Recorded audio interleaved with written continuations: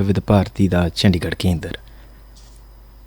ਹੁਣ ਤੋਂ ਥੋੜੀ ਦੇਰ ਬਾਅਦ ਤੁਸੀਂ ਸੁਣੋਗੇ ਪ੍ਰਦੇਸ਼ਕ ਖਬਰਾਂ, ਪਹਿਲਾਂ 6:10 ਤੇ ਹਿੰਦੀ ਵਿੱਚ ਸਾਡੇ ਕੇਂਦਰ ਤੋਂ ਅਤੇ ਫਿਰ 6:20 ਤੇ ਪੰਜਾਬੀ 'ਚ ਆਕਾਸ਼ਵਾਣੀ ਦੇ ਜਲੰਧਰ ਕੇਂਦਰ ਤੋਂ।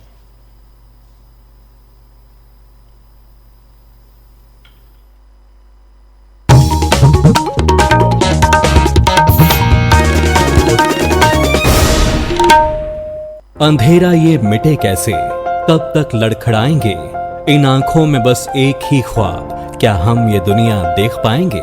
दुनिया में हर चीज की एक कीमत होती है, पर ये आँखें कभी भी खरीदी या बेची नहीं जाती। इसीलिए नेत्रदान मानवता के लिए एक अमूल्य वरदान है। अंधेरे को कर रोशन, कोरे कागज में रंग भर दे, मेरे बाद मेरी आंखें दुनिया नहीं देखें। राष्ट्रीय स्वास्थ्य मिशन, स्वास्थ्य विभाग हरियाणा द्वारा जनहित में जारी। नमस्कार, ये आकाशवाणी चंडीगढ़ है। अब आप सुकीर्ति से प्रादेशिक समाचार सुनिए। पहले इस बुलेटिन के मुख्य समाचार। केंद्रीय प्रत्यक्ष कर और सीमा शुल्क बोर्ड के अध्यक्ष संजय कुमार अग्रवाल ने अगली पीढ़ी के जीएसटी सुधारों को साहसी और व्यापक बताया।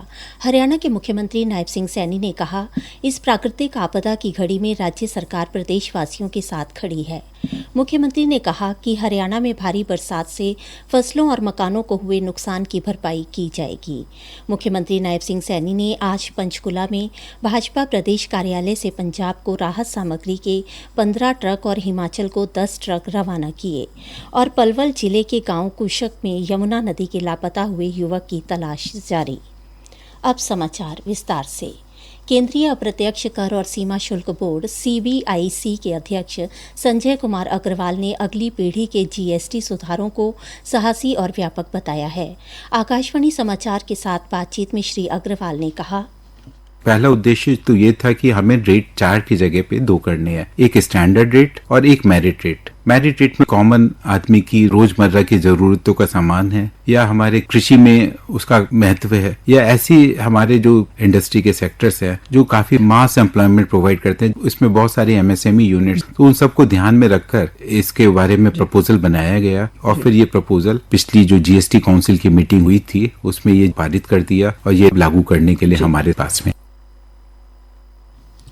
उन्होंने कहा कि जन साधारण के हित सरकार की सर्वोच्च प्राथमिकता है। इन सुधारों से कर प्रक्रिया सरल हुई है। हमारे देश में आज बहुत सारी कंपनियां निवेश करना चाहती हैं। जो कंपनियां हमारे यहाँ निवेश करना चाहती हैं उनके लिए ये इम्पोर्टेंट है कि देश की जो कर प्रणाली हो वो सरल हो और उसमें अलग अलग तरह के इंटरप्रिटेशन करने की गुंजाइश नहीं होनी चाहिए, जिससे उन्हें टैक्स के बारे में सर्टेनिटी रहे। टैक्स प्रणाली में सर्टेनिटी एंड स्टेबिलिटी सबसे महत्वपूर्ण पहलू है। हरियाणा के मुख्यमंत्री नायब सिंह सैनी ने कहा है कि इस प्राकृतिक आपदा की घड़ी में राज्य सरकार प्रदेशवासियों के साथ खड़ी है। प्रदेश के जिन भी इलाकों में भारी बरसात की वजह से फसलों इत्यादि का नुकसान हुआ है उसकी भरपाई की जाएगी।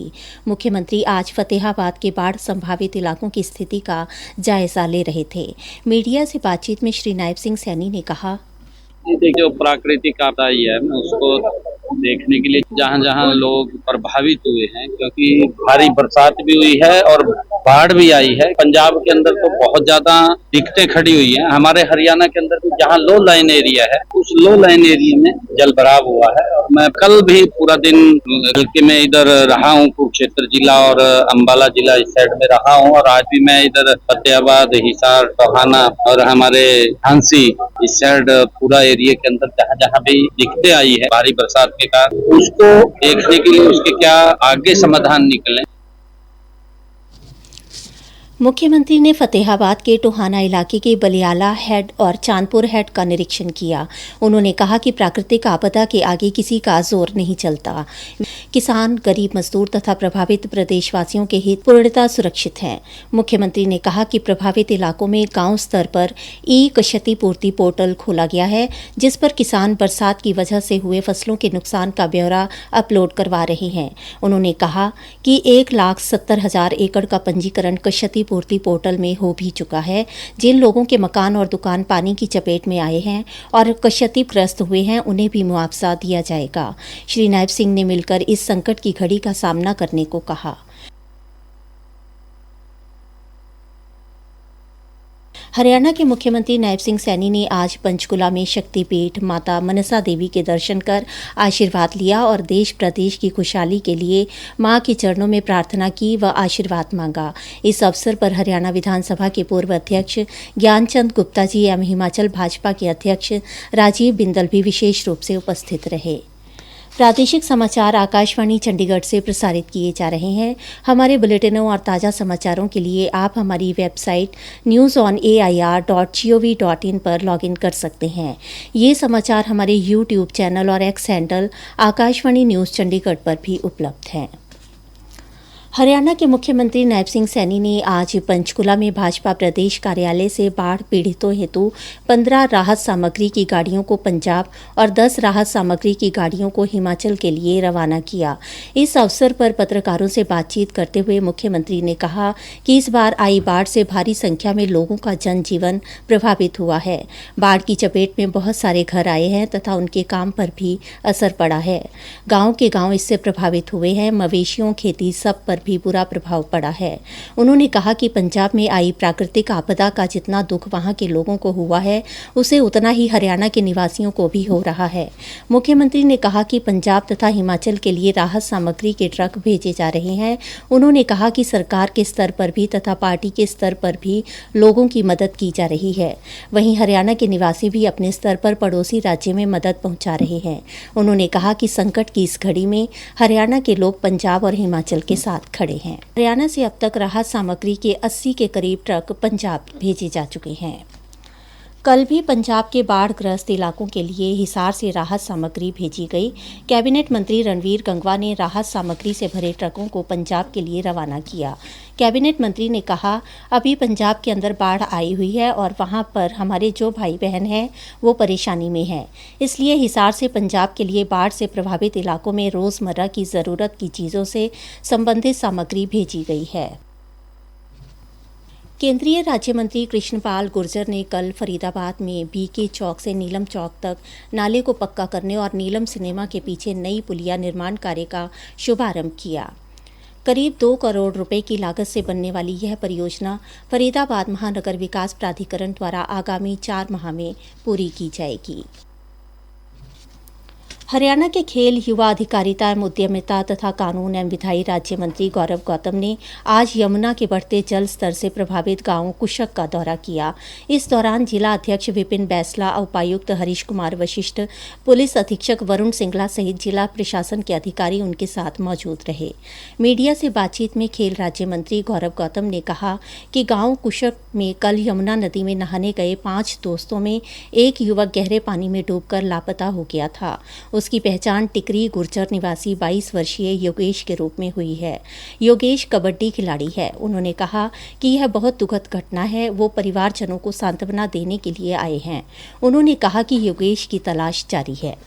बहुत दुखद घटना है और प्रशासन के लोग और हम सब मिलकर जनप्रतिनिधि परिवार को भी मिलने आए हैं और हमारी एनडीआरएफ की टीम है जिस प्रकार से लगातार उसको ढूंढने के लिए प्रयास कर रही है। हम उनसे मिलने भी इसी प्रकार से हमारा साथी जो पैर फिसलने से अंदर चला गया, हमारी भगवान से प्रार्थना है कि वो हमें सुरक्षित रहे। आज पूर्ण चंद्र ग्रहण है। यह ग्रहण पूरे भारत में स्पष्ट रूप से दिखाई पड़ेगा। चंद्र ग्रहण आज रात 8:58 से शुरू होकर कल तड़के सुबह 2:25 पर समाप्त होगा। चंद्र ग्रहण 5 घंटे से अधिक समय तक रहेगा और भारत में इसकी अवधि भारत में 82 मिनट की होगी। यह दुर्लभ खगोलीय घटना एक दशक में सबसे लंबे ग्रहणों में से एक होगी। मुख्य समाचार एक बार फिर। केंद्रीय प्रत्यक्ष कर और सीमा शुल्क बोर्ड के अध्यक्ष संजय कुमार अग्रवाल ने अगली पीढ़ी के जीएसटी सुधारों को साहसी और व्यापक बताया। हरियाणा के मुख्यमंत्री नायब सिंह सैनी ने कहा, इस प्राकृतिक आपदा की घड़ी में राज्य सरकार प्रदेशवासियों के साथ खड़ी है। मुख्यमंत्री ने कहा कि हरियाणा में भारी बरसात से फसलों और मकानों को हुए नुकसान की भरपाई की जाएगी। मुख्यमंत्री नायब सिंह सैनी ने आज पंचकुला में भाजपा प्रदेश कार्यालय से पंजाब को राहत सामग्री के 15 ट्रक और हिमाचल को 10 ट्रक रवाना किए और पलवल जिले के गांव कुशक में यमुना नदी के लापता हुए युवक की तलाश जारी। प्रादेशिक समाचार समाप्त हुए। अंधेरा ये मिटे कैसे, कब तक लड़खड़ाएंगे इन आंखों में बस एक ही ख्वाब, क्या हम ये दुनिया देख पाएंगे? दुनिया में हर चीज की एक कीमत होती है, पर ये आँखें कभी भी खरीदी या बेची नहीं जाती। इसीलिए नेत्रदान मानवता के लिए एक अमूल्य वरदान है। अंधेरे को कर रोशन, कोरे कागज में रंग भर दे। मेरे बाद मेरी आंखें दुनिया नहीं देखें। राष्ट्रीय स्वास्थ्य मिशन, स्वास्थ्य विभाग, हरियाणा द्वारा जनहित में जारी।